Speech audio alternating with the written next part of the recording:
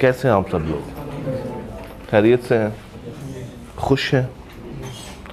क्या किया घर जाके? फिर कल क्या किया घर जाके? बीमार हो गए, सो गए? पढ़ा घर जाके? क्या पढ़ा घर जाके? डिमांड पढ़ा? ये सिर्फ इको पढ़ी या साथ में ITO भी पढ़ी? ITA नहीं पढ़ी? ITA में क्या पढ़ रहे हैं आजकल? डेबिट, क्रेडिट, लेफ्ट साइड पे कौन जाएगा, राइट साइड पे कौन जाएगा, यही पढ़ रहे हैं? क्या बढ़ रहा है, क्या कम हो रहा है? ठीक है, ओके। डिमांड थोड़ा सा रिवाइज करते हैं, उसके बाद सप्लाई पे जाएंगे। मुझे डिफरेंस बताइएगा between demand and quantity demanded. Sir demand और क्वांटिटी जी, क्वांटिटी डिमांडेड से इफेक्ट करती है प्राइस, ठीक है। और बाकी जो अदर फैक्टर हैं वो डिमांड को करते हैं। बेहतरीन बात भाई ने कर दी कि क्वांटिटी डिमांडेड को सिर्फ और सिर्फ क्या चीज़ इफेक्ट करती है? प्राइस। और डिमांड को प्राइस के अलावा सारे अदर फैक्टर्स। ये जो सारे अदर फैक्टर्स हैं ये एक एक करके बताएं ज़रा यहाँ से मुझे। अदर फैक्टर्स जो डिमांड को इफेक्ट करते हैं, पहला बता दें। Income, number of buyers, weather, ठीक है, ठीक है, टेस्ट हो गया, हो गया आगे से इनकम, ठीक है, ठीक है, शाबाश, गुड, हो गया। एक्सटेंशन और कॉन्ट्रैक्शन डिमांड में आती है या चेंज इन क्वांटिटी डिमांडेड में आती है? चेंज इन क्वांटिटी डिमांडेड में आती है। राइट वर्ड और लेफ्ट वर्ड ये कहां पर आएगा? डिमांड में आएगा। आउटवर्ड या इनवर्ड? डिमांड। पेप्सी कोक आपस में क्या है? बटर और जैम आपस में क्या है? सब्स्टिट्यूट है। ब्रेड बटर ये कॉम्प्लीमेंट्री गुड्स हैं, मगर बटर और जैम क्या है? पेट्रोल और CNG आपस में क्या है? ठीक है। अब बात करते हैं आज सप्लाई की। किसकी? सप्लाई। सबसे पहले दो वर्ड्स हैं, एक सप्लाई और एक स्टॉक। इन दोनों में फर्क समझ लें।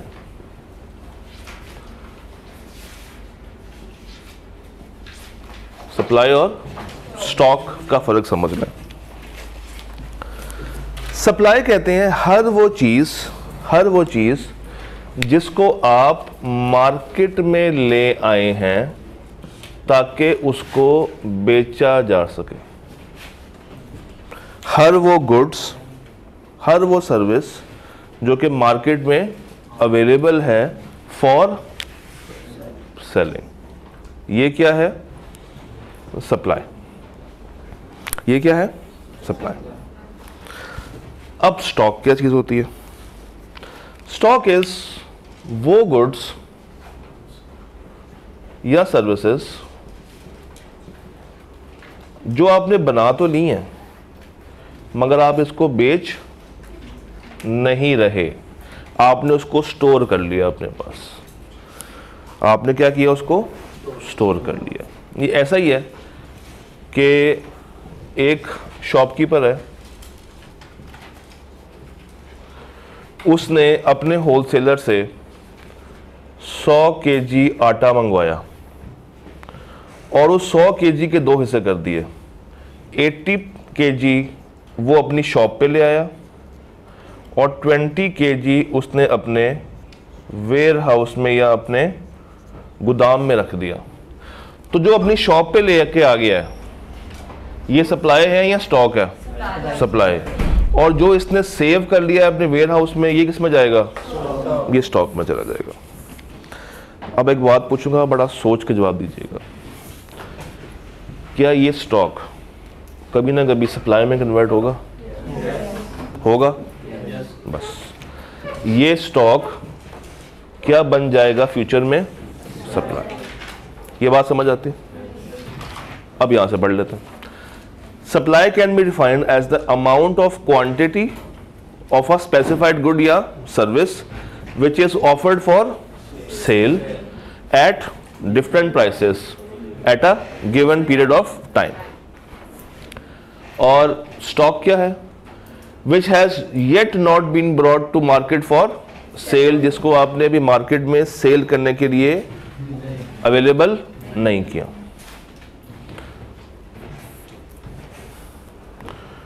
एक पठान, उसके कंधे के ऊपर 20 कोट है, सर्दियों का मौसम है। वो जो 20 कोट वो कंधे पे डाल के फिर रहा है अनारकली में बेचने के लिए, वो सप्लाई है या स्टॉक है? सप्लाई। और वो कोट जो उसने किसी की दुकान पे रखवाएंगे, अगर ये ख़त्म हो गए तो मैं वहाँ से जाके उठा लूँगा, जब तक वो वहाँ से नहीं उठा रहा वो क्या है? स्टॉक। यहाँ तक क्लियर है? अब सप्लाई शुरू करते हैं प्रॉपर्ली। जब हम लोगों ने डिमांड की थी तो आपकी अजम्पशन क्या थी कि आप कौन हैं? बायर। आप कौन हैं? अब आपकी अजम्पशन ही होनी चाहिए कि अब आप कौन बन जाएंगे? सेलर। अब आपकी अजम्पशन क्या होनी चाहिए? That you are a seller. Seller कहते हैं, आप सेलर भी हो सकते हैं और आप प्रोड्यूसर भी हो सकते हैं। You can be seller and you can be producer. Sir ji, law of supply क्या कहता है? लॉ ऑफ सप्लाई,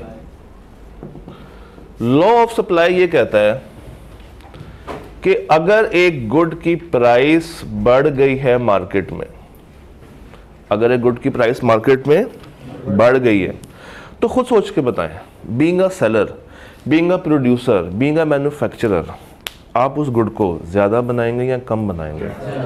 ज्यादा बनाएंगे।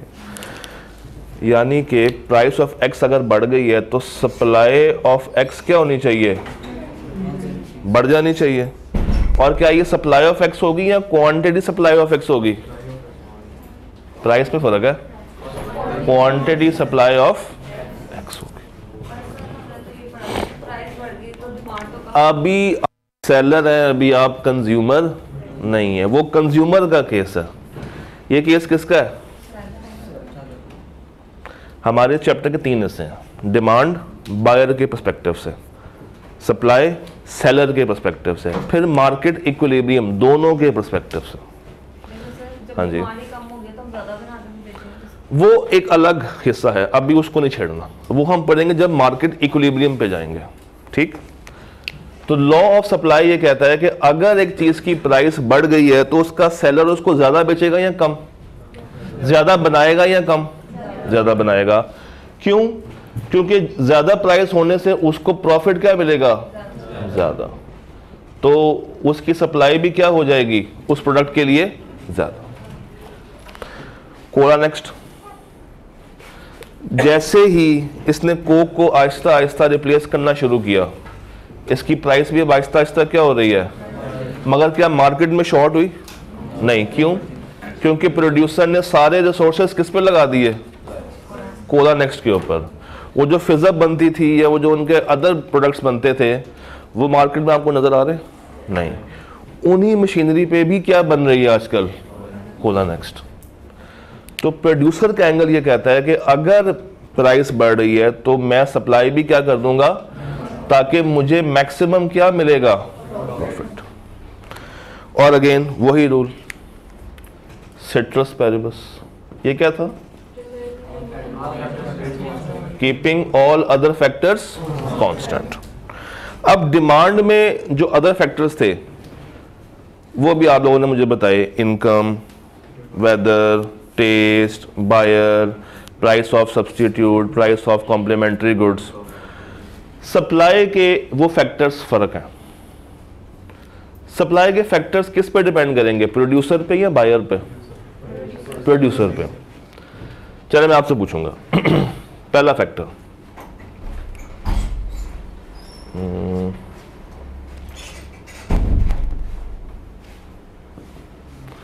Increase in production cost.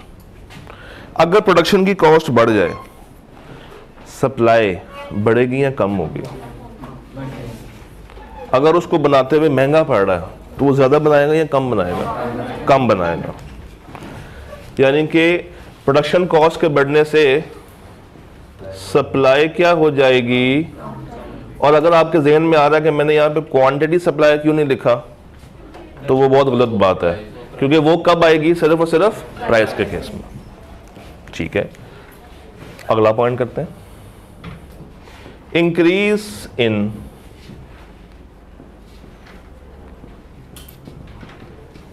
Raw material.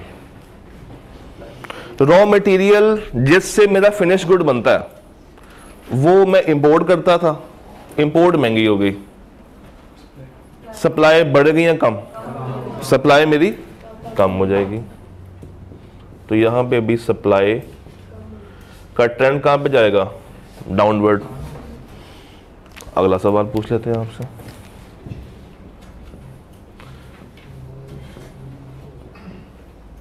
Improvement in technology. अब बताएं,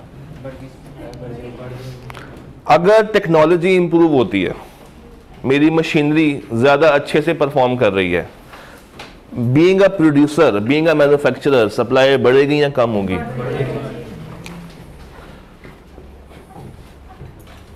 सप्लाई मेरी बढ़ जाएगी।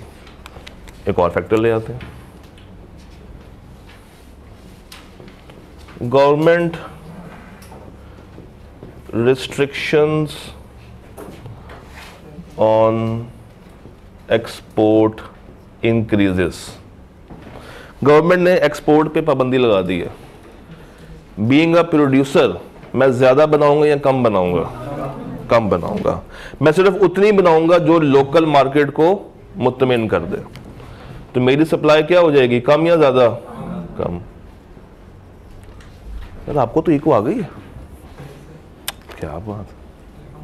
एवं क्लासेस ले रहे हैं, फिर बचपन से आती थी ये तो। अच्छा जी, अब बताइएगा जरा। गवर्नमेंट ने इम्पोज कर दिए हैं आप पे टैक्सेस। गवर्नमेंट ने टैक्सेस लगा दिए हैं। अब टैक्सेस लगाने से क्या हुआ होगा? Price of production, cost of production ज्यादा हो गई होगी, जो प्रोड्यूसर के लिए फेवरेबल है या नॉट फेवरेबल है? नॉट फेवरेबल है, तो उसकी सप्लाई कम हो जाएगी।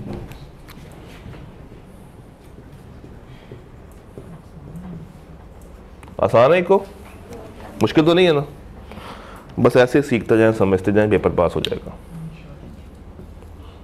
गवर्नमेंट ने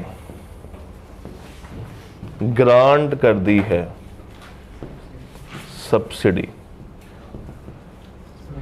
ये सब्सिडी क्या होता है? रियायत। रियायत। गवर्नमेंट ने अगर टैक्स लगाएंगे तो प्राइसेस उसकी बढ़ जाएंगी, और अगर गवर्नमेंट सब्सिडी लगा दे तो प्राइसेस क्या हो जाएंगी? कौन सी प्राइसेस? प्रोडक्शन की प्राइसेस, जिससे सप्लाई क्या हो जाएगी? ज्यादा हो जाएगी। सप्लाई क्या हो जाएगी? ये 6 बातें क्लियर है? ये 6 बातें नोट करना, फिर आगे चलते हैं।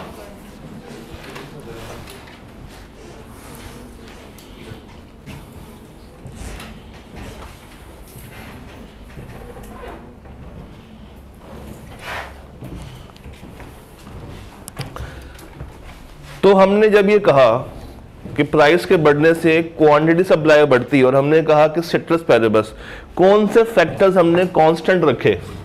ये सारे हमने उस वक्त क्या रखे थे? कांस्टेंट। और इनका चेंज किसको चेंज कर रहा है? सप्लाई को। और प्राइस का चेंज किसको चेंज करता है?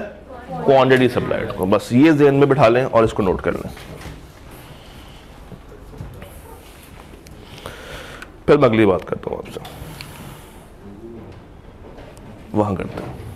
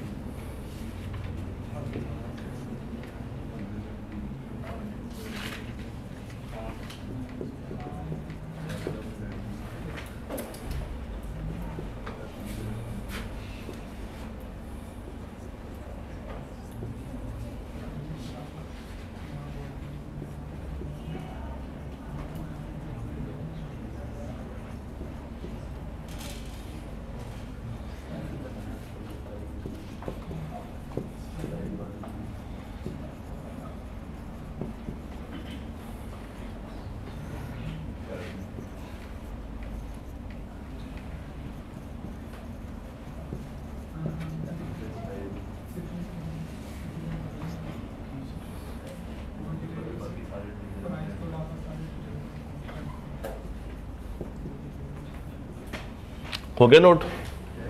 कोई कंफ्यूजन है तो बता दें। ओके ओके, पक्की बात है। ये नोट हो गया। आप जरूर दोहराएं। सब्स्टिट्यूट गुड्स पे आते हैं। बड़ा सोच समझ के जवाब दीजिएगा, यहां पे आपकी नॉलेज टेस्ट होगी। सब्स्टिट्यूट गुड्स को अगर मैं बायर की नजर से देखूं तो ये क्या होंगे? Alternative goods. मैं कोक भी पी सकता हूं और मैं पेप्सी भी पी सकता हूं, मैं बटर भी खा सकता हूं और मैं चीज भी खा सकता हूं, मैं जैम भी खा सकता हूं और मैं जेली भी खा सकता हूं, मैं चावल भी खा सकता हूं और मैं रोटी भी खा सकता हूं, मैं मसलों की दाल भी खा सकता हूं और मैं चनों की दाल भी खा सकता हूं। तो सब्स्टिट्यूट गुड्स अगर मैं बायर के पर्सपेक्टिव से देखूं तो मेरा एंगल होता है कंजम्पशन का। कंजम्पशन कहते हैं यूज करना। कंजम्पशन क्या होता है? यूज करना। मैं मार्केट में जाता हूं और मुझे मार्केट में पेप्सी की प्राइस बढ़ी हुई नजर आती है। पेप्सी की क्वांटिटी डिमांडेड मेरे लिए क्या होगी? पेप्सी की क्वांटिटी डिमांडेड मेरे लिए क्या होगी? कम हो जाएगी, क्योंकि उसकी प्राइस क्या हो गई है? बढ़ गई है। ये बात आपको पहले से पता थी। और फिर मैं क्या करूंगा? मैं अपने आप को स्विच करूंगा। मैं अपने आप को स्विच करके कहां पे लेके जाऊंगा? कोक पे लेके जाऊंगा। और अगर कोक ने अपनी प्राइसेस नहीं बढ़ाई तो कोक की क्या बढ़ेगी? डिमांड या क्वांटिटी डिमांडेड? डिमांड बढ़ेगी। कोक की क्या बढ़ जाएगी? ये है सब्स्टिट्यूट गुड्स कंजम्पशन के एंगल से, यानी कि बायर के एंगल से। ये एंगल कौन सा है? यहां पे आपने एक बायर बन के सोचा था। अब जरा सोचें प्रोड्यूसर बन के। एक रॉ मटेरियल हो मेरे पास, लेदर। कौन सा? लेदर। अब लेदर के कौन कौन से आइटम्स बनते हैं? लेदर के बैग्स भी बनते हैं, लेदर के जैकेट्स भी बनती हैं, शूज भी बनते हैं और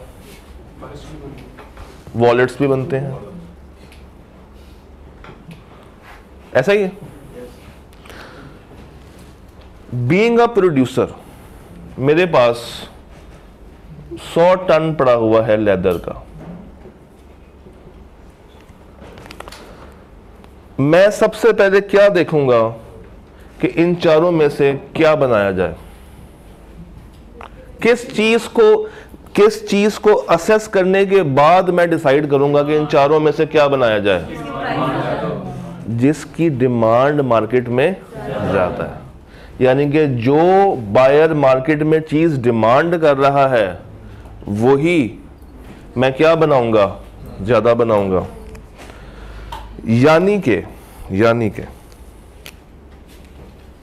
अगर मेरे पास ये लेदर है और मेरे पास दो ऑप्शंस हों, या मैं शूज बनाऊं या मैं बैग्स बना लूं, तो मैंने जाके मार्केट से पूछा कि भाई मार्केट में कस्टमर की नीड क्या है, कस्टमर क्या चीज ज्यादा डिमांड कर रहा है।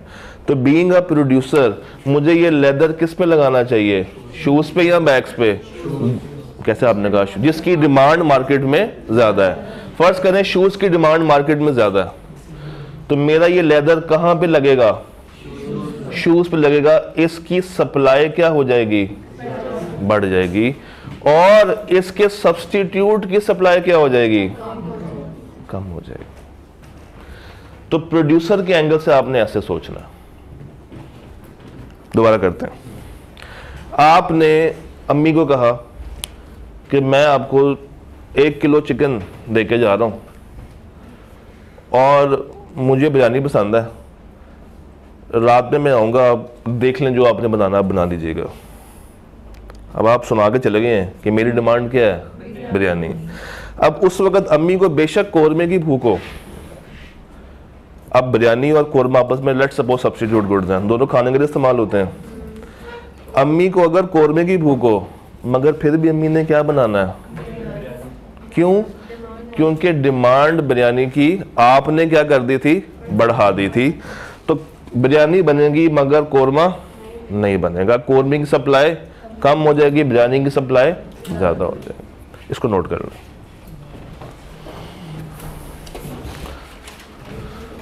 इसको नोट करें, फिर मैं आपको एक शॉर्टकट बताता हूं।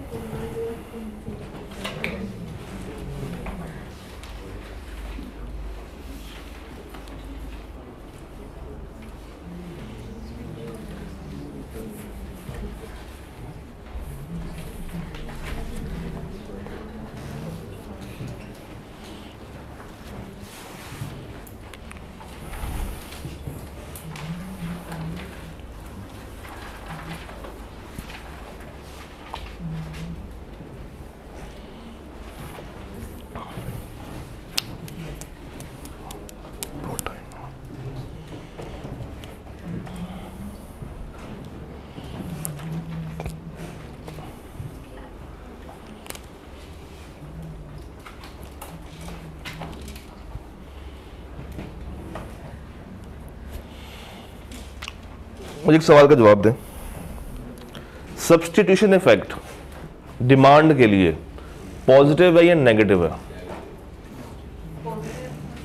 सब्स्टिट्यूशन इफेक्ट डिमांड के लिए नेगेटिव है या पॉजिटिव है? फिर सोच लें। कैसे नेगेटिव है डिमांड के लिए? इसकी प्राइस बढ़ने से इसकी डिमांड बढ़ी थी, कम हो रही थी, तो इफेक्ट पॉजिटिव है नेगेटिव है? पॉजिटिव है। जब प्राइस ऑफ एक्स बढ़ी तो डिमांड ऑफ वाई बढ़ गई, तो सब्स्टिट्यूशन इफेक्ट डिमांड के लिए क्या है? पॉजिटिव। अब आए जरा नीचे। सब्स्टिट्यूशन इफेक्ट सप्लाई के लिए क्या है? नेगेटिव। इसकी सप्लाई बढ़ने से या इसकी प्राइस बढ़ने से बैग की सप्लाई क्या हो रही है? कम हो रही है। तो substitution effect for supply is negative, मगर for demand it is positive. आई कैप एमसीक्यूज में ये कई दफा पूछ चुका होगा कि बताएं दो गुड्स हैं। अच्छा, जब आपको पता है ना कि हमेशा डिमांड के लिए क्या होगी? पॉजिटिव, और हमेशा सप्लाई के लिए क्या होगी? तो आपने बस सवाल में ढूंढना है कि ये डिमांड की बात कर रहा है या सप्लाई की बात कर रहा है। फिर बस ये ढूंढना है कि ये गुड्स आपस में सब्स्टिट्यूट हैं या कॉम्प्लीमेंट्री हैं। जवाब आपके सामने होगा। जब भी डिमांड की बारी होगी और सब्स्टिट्यूशन इफेक्ट होगा, रिजल्ट विल बी, और जब सब्स्टिट्यूशन इफेक्ट सप्लाई के लिए होगा, रिजल्ट विल बी। मैंने आपसे कल कहा था ना कि आपस में रिवर्स है, तो उसके लिए अगर कोई चीज पॉजिटिव होगी तो उसके लिए क्या होगी, और अगर इसके लिए नेगेटिव उसके लिए क्या होगी? जी जी सर जी, मार्केट में हमने सर्वे करवाया कि लोग किसके लिए ज्यादा पैसे देने को तैयार है, शूज के लिए या बैग्स के लिए। पता ये चला कि मार्केट में शूज के लिए डिमांड बहुत ज्यादा है। लोग हाथों हाथ पैसे लेके खड़े हुए हैं कि हमने शूज बाय करने हैं, कुछ भी हो जाए। बीइंग अ प्रोड्यूसर मेरे पास लिमिटेड रिसोर्स है, किसका? लेदर का। याद है हम लोग स्टार्टिंग में क्या कहा था? Scarcity of resources, limited resources. उस लेदर से या मैं शूज बनाऊंगा या मैं बैग बना सकता हूं। जो चीज मार्केट में ज्यादा डिमांड की जा रही है, जिसके लोग मुंह मांगे पैसे लेके खड़े हुए हैं, मैं वो बनाऊंगा या दूसरी चीज बनाऊंगा? बताएं। शूज बनाऊंगा। जब मैंने सारा लेदर शूज पे लगा दिया, इसकी मार्केट में सप्लाई मैंने बढ़ा दी, तो किसके ऊपर मैंने छुरी चला दी? इसकी सप्लाई मार्केट में कम हो जाएगी। फिर एक टाइम आएगा जब ये मार्केट से आहिस्ता आहिस्ता खत्म हो रहा होगा, शॉर्ट हो रहा होगा, क्योंकि इसकी सप्लाई तो आ ही नहीं रही। इसकी सप्लाई तो एक टाइम आएगा कि लोग आहिस्ता आहिस्ता शिफ्ट होकर कहां पर जाएंगे, तो फिर मुझे इसकी सप्लाई बढ़ानी पड़ेगी और इसकी सप्लाई कम करनी पड़ेगी। ये साइकिल पूरा घूमेगा, कभी ये ऊपर होगा तो कभी ये ऊपर होगा। ऐसा ही है, नूला कुश्ती होती है। डन, चले आगे। चल आपसे एक सवाल पूछता हूं। मैं लिखूंगा कुछ नहीं, बस मुझे आपने बोर्ड से देख के बताना है। प्राइस इफेक्ट डिमांड के लिए पॉजिटिव होता है या नेगेटिव होता है? क्योंकि इसके बढ़ने से, तो आप कहने कैसे कहा कि ये पॉजिटिव होता है? मैंने सवाल किया था, मैंने क्या क्वांटिटी डिमांडेड बोला था या डिमांड बोला था? तो वहां पे ये से नहीं देखना, कैसे चेक करना है? अब अगला सवाल सुने, प्राइस बढ़ने से क्वांटिटी सप्लाई बढ़ेगी या कम होगी? शाबाश, बढ़ेगी। प्राइस बढ़ने से क्वांटिटी सप्लाइड, इसका रिलेशन पॉजिटिव है नेगेटिव है? और प्राइस बढ़ने से क्वांटिटी डिमांडेड, इसका इफेक्ट क्या है? यानी कि प्राइस इफेक्ट यहां पे क्या होगा? नेगेटिव। और प्राइस इफेक्ट यहां पे क्या होगा? पॉजिटिव। रिवर्स हो गया।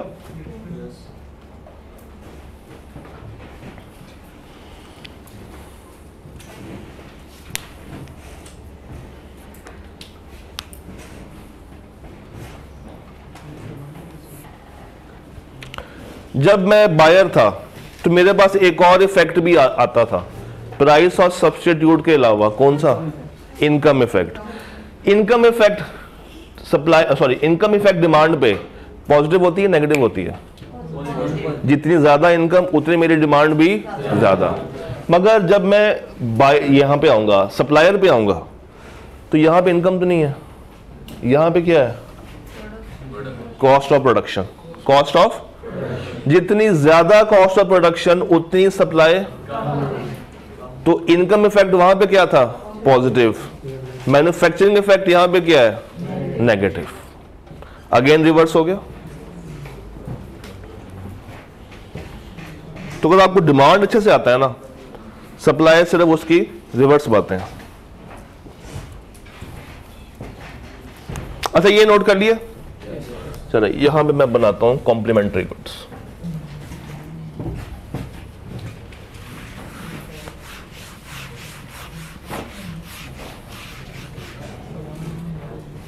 कॉम्प्लीमेंट्री गुड्स, ये 7 था ना, वो ये 8 था।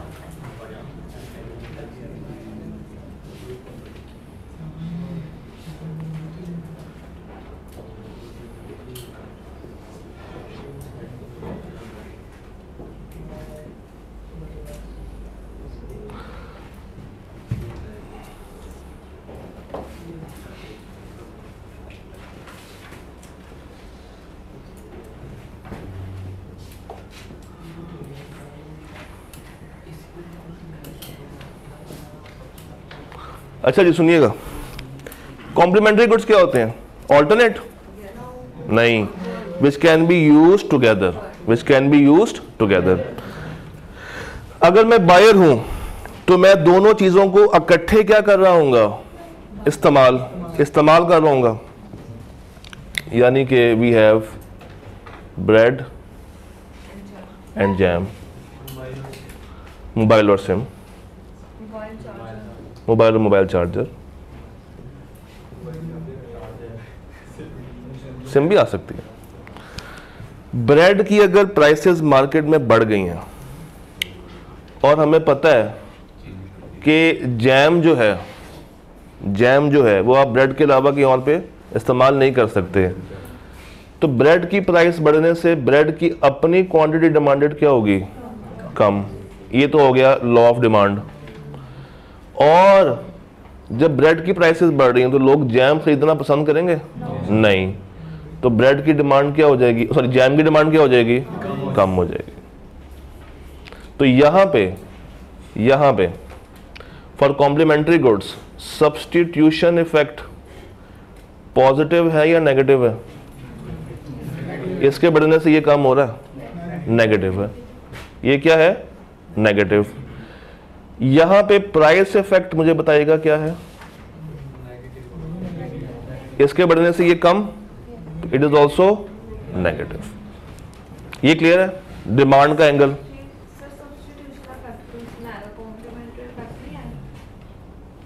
और हाँ ठीक है, सॉरी, कॉम्प्लीमेंट्री, असल में हम इसको एक ही जगह पे इस्तेमाल कर रहे होते हैं। You can say complementary effect.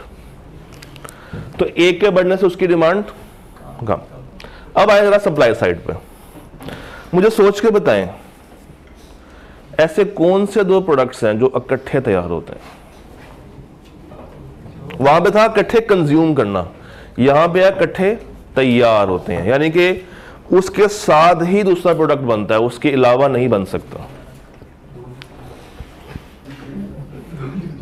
नहीं, दूध नहीं आता उसमें।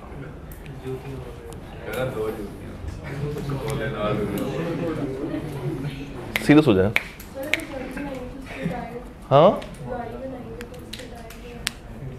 गाड़ी बनाएंगे तो उसके टायर साथ बनेंगे उसके, आप टायर की और से भी तो बाय कर सकते हैं। दो चीजें जो इकट्ठी बनती हैं वो आप अलग अलग तैयार कर ही नहीं सकते। हाँ, शलवार कमीज, मगर आप शलवार के साथ मार्केट से जो है वो कुर्ता कोई और भी इस्तेमाल कर सकते। उसकी बात सुन लो यार, वो बुला रहा है, उसको बहुत जोर से बात आई हुई है। अपनी बातों में, अपनी मस्ती में लगे हैं सारे। हाँ जी, बताएं बताएं बताएं। गुड़ शक्कर करीब करीब है भाई। कभी गन्ने का जूस पिया? गन्ने के जूस जब आप पी रहे होते हैं, जब वो उस मशीन में गन्ना डालता है, जूस निकलता है, आगे से जूस आता है, पीछे से क्या निकल रहा होता है? उसकी छाल निकल रही होती है। पता है उस छाल से क्या बनता है? White board. व्हाइट बोर्ड उसकी छाल से बनता है। एक और चीज, लेदर, यानी लेदर नहीं, स्किन, गाय की स्किन। जब तक आप गाय को ज़िबा नहीं करके उसका गोश्त नहीं निकालेंगे, आप उसकी खाल को इस्तेमाल नहीं कर सकते। तो हमारे पास जो कॉमन एग्जांपल है वो है मीट और हाइड। किसकी? मीट और हाइड। हाइड कहते हैं स्किन को, हाइड इज स्किन।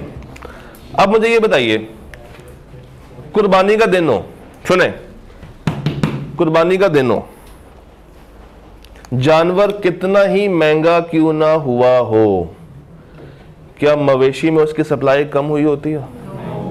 सप्लाई ज्यादा हुई होती है। तो यहां पे क्वांटिटी सप्लाई क्या होगी? यहां पे क्वांटिटी सप्लाई क्या होगी? ज्यादा। तो इट मींस ये तो हो गया लॉ ऑफ सप्लाई। जब ये गायें ज़िबा होंगी कुर्बानी के दिन और जो उसकी खालें निकलती हैं, ये खालें फर्ज करें 100 गायें ज़िबा हुई हैं एक मोहल्ले में, तो खालें कितनी होंगी? 100। ये खालों का क्या इंसान कुछ कर सकता है जिसने ज़िबा किया है? क्या उसके अपने यूज में आ सकती है? नहीं।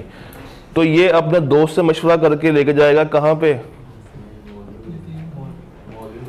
फैक्ट्री, जहां पे उन खालों से क्या बनाया जाता होगा? लेदर बनाया जाता होगा। तो एकदम से इनके पास स्किन की सप्लाई आना शुरू हो जाएगी, ज्यादा या कम? ज्यादा। तो सप्लाई ऑफ वाई क्या हो जाएगी? ज्यादा हो जाएगी। सप्लाई ऑफ वाई क्या हो जाएगी? ज्यादा हो जाएगी। अब देखें, यहां पे डिमांड के एंगल से ये रिश्ता पॉजिटिव था या नेगेटिव था? अब देखें, ये रिश्ता यहां पे क्या है? पॉजिटिव। रिवर्स हो गया। ये कुछ मिसालें ना आपको ज़हन में होनी चाहिए। कॉम्प्लीमेंट्री गुड्स सप्लाई के एंगल से मीट और हाइड के अलावा कोई और एग्जांपल नहीं बनती जब तक आप बड़े हो गए कैफ 3 पढ़ने नहीं जाएंगे। वहां पे एक टॉपिक आएगा जॉइंट एंड बाय प्रोडक्ट का, जॉइंट एंड बाय प्रोडक्ट। वहां पर आप सीखेंगे कि दो यूनिट्स इकट्ठे जब बन रहे हैं तो उनमें कॉस्टिंग कैसे कैसे करनी है।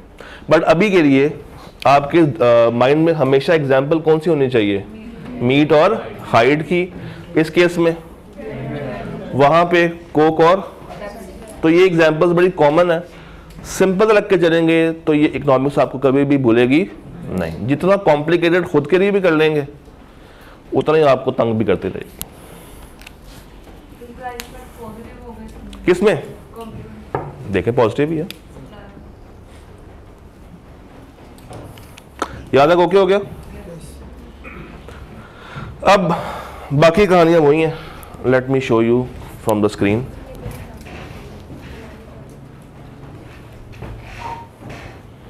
इसका जो कर्व है, डिमांड का कर्व था डाउनवर्ड स्लोपिंग, इसका क्या होगा? Upward sloping. प्राइस के बढ़ने से क्वांटिटी सप्लाई क्या हो रही है?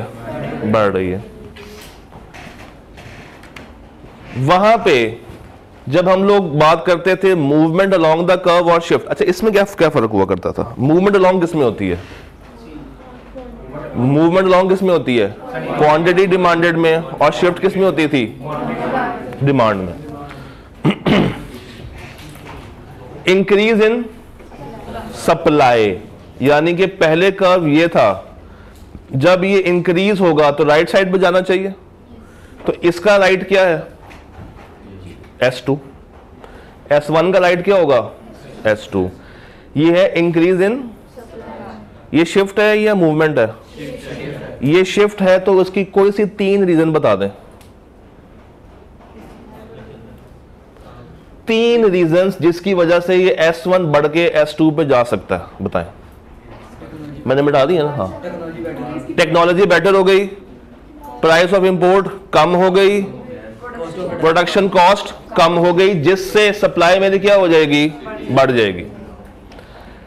यही सप्लाई अगर डिक्रीज करनी हो तो कॉस्ट ऑफ प्रोडक्शन को मुझे बढ़ाना पड़ेगा। गवर्नमेंट टैक्स लगा रही है और रॉ मटेरियल्स की प्राइसेस बढ़ गई हैं, सब्सिडियां हमें नहीं मिल रही। अब इस तरफ आ जाए। पहले हम खड़े हुए थे पॉइंट 1 पे, बढ़ के चले गए किस पे? 1 से जब हम 2 पे जा रहे हैं तो क्वांटिटी मेरी बढ़ रही है, कम हो रही है? एक्सपेंशन है, कॉन्ट्रैक्शन है? और अगर क्वांटिटी मेरी कम हो रही हो, अगर आपको डिमांड कर्व आता है तो ये बिल्कुल वैसा ही है। वो तो वहां भी ऐसे ही था, सेम है, बिल्कुल सेम है। बस फर्क ये है कि डिमांड कर्व था ऐसे और ये कैसे, बाकी सब कुछ सेम है। उसका राइट ये था, इसका राइट ये है, उसका लेफ्ट ये था, इसका लेफ्ट। याद है? क्लियर है? पक्की बात है। सदक़ल्लाहुल अज़ीम। सप्लाई आपका खत्म हुआ। अब नेक्स्ट एरिया, रिजर्व प्राइस। कौन सी price? Reserve price.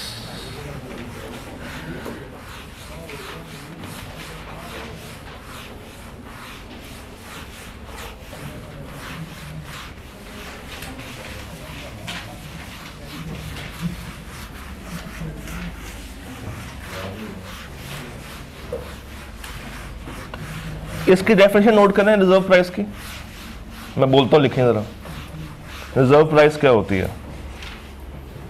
Reserve price एक ऐसी प्राइस है, अब देखिए मैं सिर्फ आपको डेफिनेशन बताऊंगा, बाकी सारी बातें आप लोग खुद मुझे बता रहे होंगे, आजमा लेते हैं। रिजर्व प्राइस एक ऐसी प्राइस है जिससे कम पे सेलर अपनी प्रोडक्ट को सेल नहीं करता। रिजर्व प्राइस एक ऐसी प्राइस है जिससे कम पे सेलर अपनी प्रोडक्ट्स को सेल नहीं करता।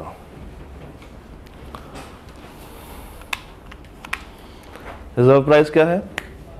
एक ऐसी प्राइस जिससे कम पे सेलर अपनी प्रोडक्ट्स को सेल नहीं करता।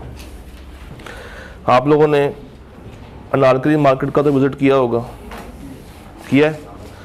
जब आप कंज्यूमर बन के दुकान पे जाते हैं तो दुकानदार शुरू होता है 2000 रुपये से, आप शुरू करते हैं बार्गेनिंग, वो 2000 कहेगा, आप 200 रुपया कहेंगे, ऐसे ही होता है। फिर आपकी बहस शुरू होती है, उसकी भी बहस शुरू होती है, आप अपनी ऑफर लगा रहे होते हैं, वो आपको अपनी ऑफर दे रहा होता है, तो कहानी कहीं ख़त्म होती है आके 800 रुपये के ऊपर। जब आप उस 800 रुपये को भी कम करवाना चाहते हैं तो कहता है बाजी इससे कम मैं नहीं करूँगा, इससे कम मुझे वारा नहीं खाता, इससे कम मुझे वारा नहीं खाता, इससे कम नहीं है, लेना तो लो, नहीं देना तो वो रास्ता है, वो चली जाओ, मेरी बहन जाओ तुम, मैं तुम्हें ये प्रोडक्ट बेचने वाला नहीं हूं, खाना खराब, मेरा फजूल का टाइम जाया किया इसने आके। ये फैक्ट है। It is a fact. नहीं नहीं, वो खत्म, अब नहीं करेगा, अब नहीं करेगा। आजकल के दुकानदार नहीं कहते, क्यों? उनको भी तो अपने घर वालों के लिए लेके जाना। तो रिजर्व प्राइस वो मिनिमम प्राइस है जिससे कम पे दुकानदार आपको कभी जिंदगी में सेल नहीं कर सकता। चलो मैं एक जुमला बोलूंगा, मुझे बताइएगा कि जुमला ठीक है या नहीं।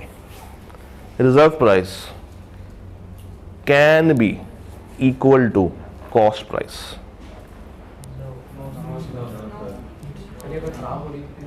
रिजर्व, सिर्फ इस लाइन पे आए, reserve price can be equal to cost price. जुमला क्या था? मैं इससे कम पे नहीं बेचूंगा, मुझे क्या होगा? नुकसान। तो अगर मैं कॉस्ट से कम पे बेचूंगा तो मुझे क्या हो रहा होगा? नुकसान। तो जो रिजर्व प्राइस है वो मिनिमम कहां तक जा सकती है?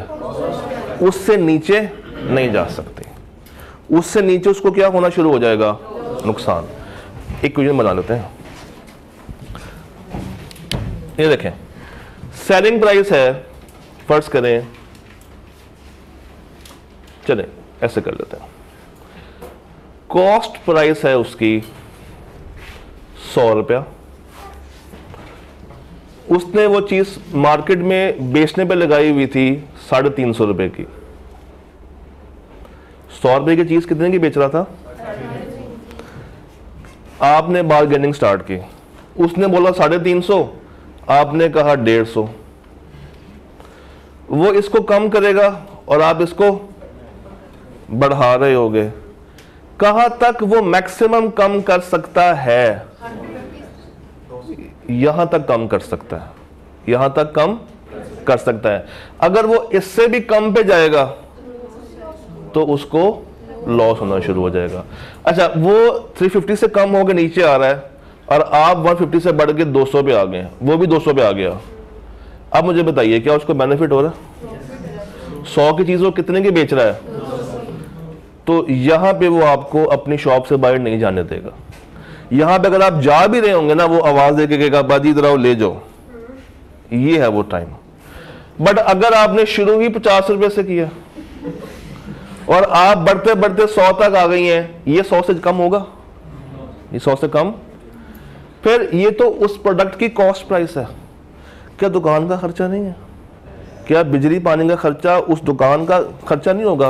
और अगर दुकान किराए की हो, उस दुकान का रेंट चार्ज नहीं करेगा। फर्ज करें उसको दुकान का खर्चा पड़ रहा है 20 रुपया, तो अब ये प्राइस कितनी होनी चाहिए? अब इससे कम पे बेचने वाला नहीं। ये बात समझ आई? इसको एक दफा नोट कर लें। अब वो इससे कम पे बेचने वाला नहीं है।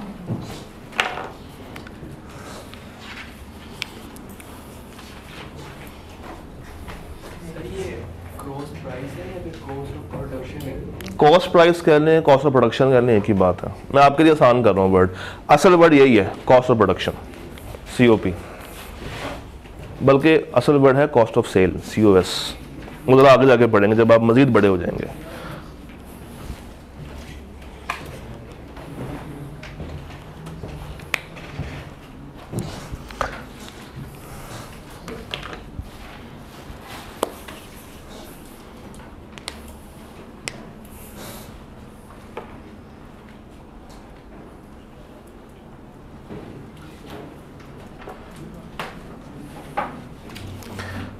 आगे चलूं आगे। अब आपने मुझे बताना है कब रिजर्व प्राइस कम होगी और कब रिजर्व प्राइस ज्यादा होगी। स्टार्ट करूं पूछना। एक सेलर के पास अपना सामान स्टोर करने के लिए वेयर हाउस मौजूद है। अगर सामान नहीं भी बिकता तो उसको मसला नहीं है, रिजर्व प्राइस कम रखेगा या ज्यादा रखेगा, क्योंकि उसको स्टोर करने में मसला नहीं है। सेलर ने दुकान का किराया देना है और उसके लिए उसको क्या चाहिए? पैसे चाहिए। कस्टमर शॉप पे आ गया, वो अपना माल सस्ता करके बेच सकता है, क्योंकि उसको क्या चाहिए? पैसे। उस टाइम पे रिजर्व प्राइस ज्यादा होगी या कम होगी?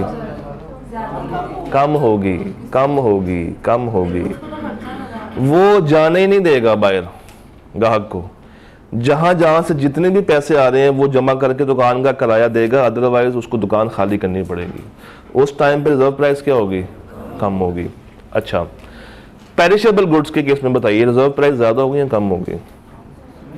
पेरिशेबल गुड्स, पेरिशेबल गुड्स कौन सी होती हैं? जो ज्यादा जल्दी खराब हो जाती हैं। तो कम या ज्यादा? कम। आपने अक्सर देखा होगा सब्जी वाली शॉप, सुबह की प्राइस और होती है, रात की प्राइस और होती है। सुबह वो आपको धनिया हाथ भी नहीं लगाने देते, और शाम पे जब वो खराब हो रहा होता है तो खुद शॉपर में डाल डाल के आपको दे रहे होते हैं कि जाओ ले जाओ, वरना हमारे पास तो इसने खराब ही हो जाना है। ओके, ड्यूरेबल गुड्स, ये एसी एक ड्यूरेबल गुड है, ये कुर्सियां ड्यूरेबल गुड्स हैं, ये इतनी जल्दी खराब नहीं होंगी, इसकी रिजर्व प्राइस ज्यादा होगी या कम होगी? पक्की बात है। अच्छा जी, मुझे पता है कि एक प्रोडक्ट की मार्केट की जो प्राइस है वो फ्यूचर में बढ़ जाएगी, आज रिजर्व प्राइस ज्यादा रखूंगा या कम रखूंगा? ज्यादा रखूंगा। क्यों? अगर आज ना बिकी तो फ्यूचर में तो महंगी बिकी जानी है। मुझे पता है कि फ्यूचर में एक प्रोडक्ट ने शॉर्ट होना है, पेट्रोल शॉर्ट हो जाएगा फ्यूचर में, आज रिजर्व प्राइस ज्यादा रखूं या कम रखूं? ज्यादा रखूं, क्योंकि अगर आज ना लिया तो फ्यूचर में उसको वो पेट्रोल नहीं मिलेगा। याद है? क्लियर है? This is reserve price. समझ आ गया टॉपिक? पक्की बात। अब बारी बारी चलते हैं। सप्लाई स्टॉक एक दफा पढ़ लें, मैं आपको स्लाइड से एक दफा दिखा दूं। सप्लाई स्टॉक एक दफा देख लें।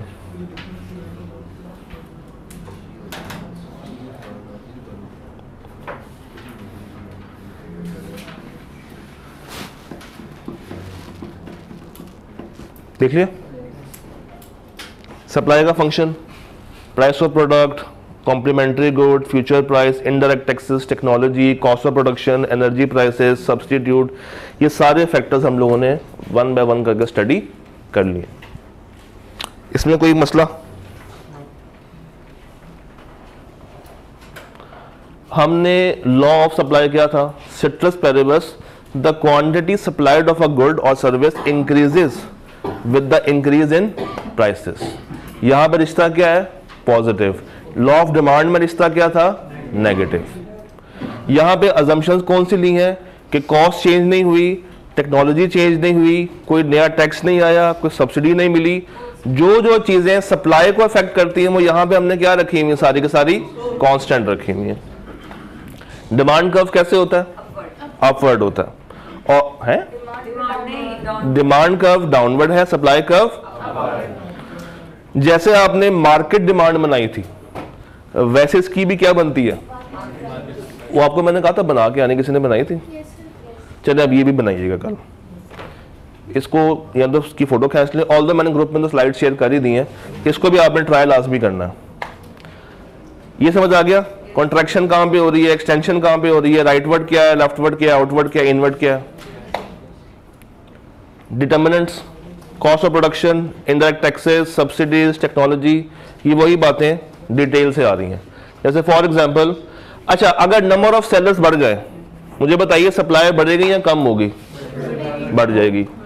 तो an increase in number of sellers in the market would cause increase in supply. Expectations about future prices, अगर फ्यूचर में प्राइस बढ़ जाएगी तो आज मेरी सप्लाई पे क्या इफेक्ट आएगा? फ्यूचर में वो चीज बढ़ जानी है, फ्यूचर में वो चीज महंगी हो जानी है। आज सस्ती है तो सप्लाई ज्यादा होगी या कम होगी? कम होगी। तो ये बातें अब ये भी क्लियर है। रिजर्व प्राइस पक्की बात है। आपको याद है हम लोगों ने लॉ ऑफ डिमांड में कुछ एक्सेप्शंस पढ़ी थी? क्या थी वो एक्सेप्शंस? किस केस पर लॉ ऑफ डिमांड होल्ड नहीं करता था? बेसिक नेसेसिटीज पे, इंफीरियर गुड वाली मिसाल, गिफन गुड वाला पॉइंट, नहीं इंफीरियर नहीं, गिफन गुड वाला पॉइंट, इनकम इफेक्ट।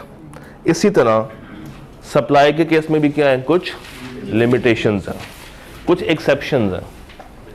भाई अगर एक सप्लायर को पता है कि आगे जंग का माहौल है, आगे जंग का माहौल है, आगे वॉर लग जाएगी, आगे बिजनेस उसको चेंज करना पड़ेगा, या उसको नेचुरल डिजास्टर का खदशा है, तो मुझे बताइए क्या ये लॉ उस वक्त काम करेगा? क्यों? अगर फ्यूचर में जंग लगने वाली है तो सप्लायर अपना सामान आज बेचने की करेगा, चाहे उसको कम प्राइस पे बेचना पड़े, आज बेच के फारिग होना चाहता है, तो प्राइस क्या हो जाएगी, मगर क्वांटिटी सप्लाइड क्या हो जाएगी। ये जो एंड ऑफ सेशन सेल होती हैं, एंड ऑफ सेशन सेल, जब सर्दियां तकरीबन खत्म हो रही होती हैं तो हर इदारा अपने अपनी सेल लगा के बैठ जाता है ताकि वो अपना स्टॉक क्या करे, खत्म करे, ताकि अपना स्टॉक क्या करे। उस टाइम पे सप्लाई ये लोग बढ़ा देते हैं और कीमतें ये लोग अपनी कम कर देते हैं। तो ये भी लॉ ऑफ तो ये भी लॉ ऑफ सप्लाई के क्या है, खिलाफ है। इसी तरह मुझे बताइए जो पेरिशेबल गुड्स होते हैं कौन से भला, जो जल्दी खराब हो जाते हैं, यहां पे क्या ये लॉ ऑफ सप्लाई होल्ड कर सकता? नहीं। इसी तरह बेसिक नेसेसिटीज पे लॉ ऑफ डिमांड ने होल्ड किया था? नहीं। हमने वहां पे क्या कहा था, जितनी मर्जी प्राइस बढ़ा लो इसकी डिमांड कभी भी कम नहीं हो सकती। यहां पे भी in case of perishable goods, in case of perishable goods, अगर आपके पास सामान पड़ा हुआ है तो आप में डर क्या होगा कि जल्दी ये खराब हो जाएगा, तो आप उसको कम प्राइस पे ज्यादा बेचने वाली करेंगे। तो ये कुछ इसकी क्या है, लिमिटेशंस हैं, एक्सेप्शंस हैं। डन हो गया। स्लाइड्स वगैरह मैंने इसकी शेयर कर दी मैं ग्रुप के अंदर। आपके पास कोई सवाल है तो बताइए, मुझे किताब दिखाइएगा, मैं आपको पेज नंबर बता दूं। पेज नंबर 28 से आए जरा, 28 आ गया। 28 से लेके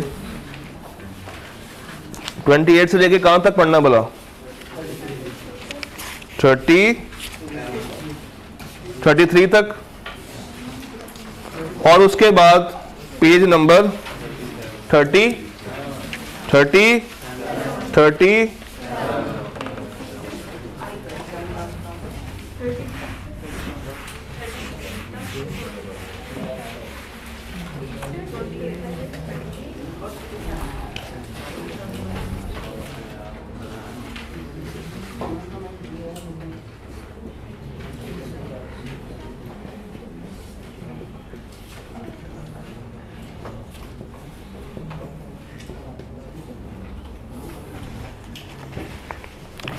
ये मैंने कुछ लिखा है बोर्ड पे,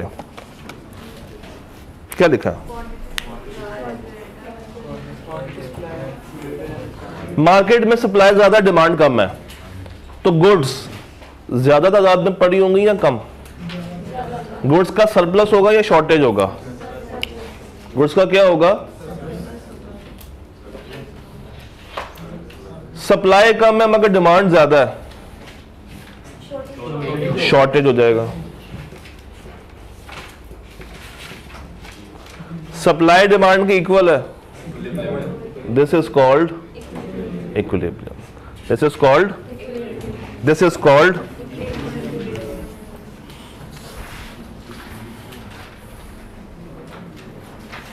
एक काम कीजिएगा, पेज 34 भी पढ़ के आइएगा, जस्ट पेज 34 भी साथ आपने क्या करके आना है, सिर्फ पढ़ के आना। हाँ जी यार, मैं क्लास के बाद आता हूँ। तो अब अगर मैं आपको बताऊं, चैप्टर 2 पेज नंबर 20 से लेके हम लोगों ने कहां तक कवर कर लिया है? पेज नंबर 34 आपने पढ़ के आना, हो जाएगा? पक्की गल? ठीक है जी। ये ले, आपका कोई सवाल, कोई मसला, कोई कन्फ्यूजन? एक होती कंफ्यूजन, एक होती कन्फ्यूजन, जो आप कान खुजाते हुए पूछते हैं। कोई और सवाल है? श्योर? पक्की बात है? रब रखा।